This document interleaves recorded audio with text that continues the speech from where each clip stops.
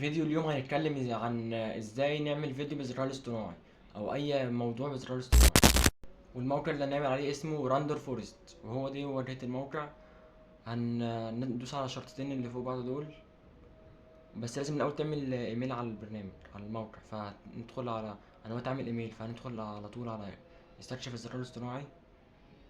بعدين اول واحدة اللي هي محرر الفيديو بالذكاء الاصطناعي،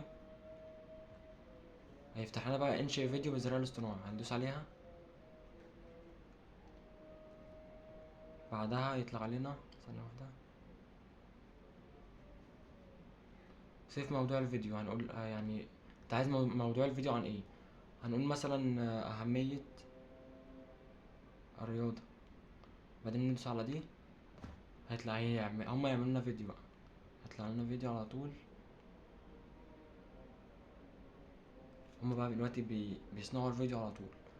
بعدين ندوس على قنبل سحر دي. دلوقتي الفيديو بيحمل، بيعمل لنا فيديو، بيختاروا المشاهد وكده اهو. اكتمل 99%. يورجن سانكر ريلا اكتمل 100% اهو. هو ده الفيديو بقى. دلوقتي هنزل الفيديو وبعد كده نشوف الفيديو مع بعض. اهو دلوقتي بعد ما الفيديو نزل نشوفه مع بعض دلوقتي. الرياضة هي جزء أساسي من الحياة الصحية للإنسان.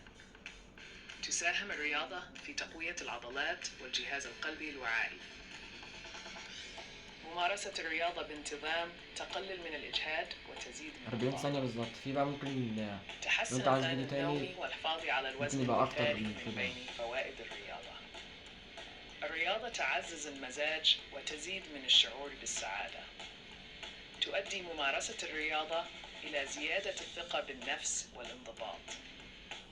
اختيار نشاط رياضي محبب يسهم في استمرارية التمارين.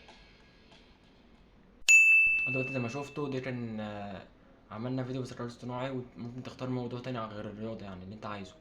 وبس كده كانت نهاية الفيديو النهاردة. سلام.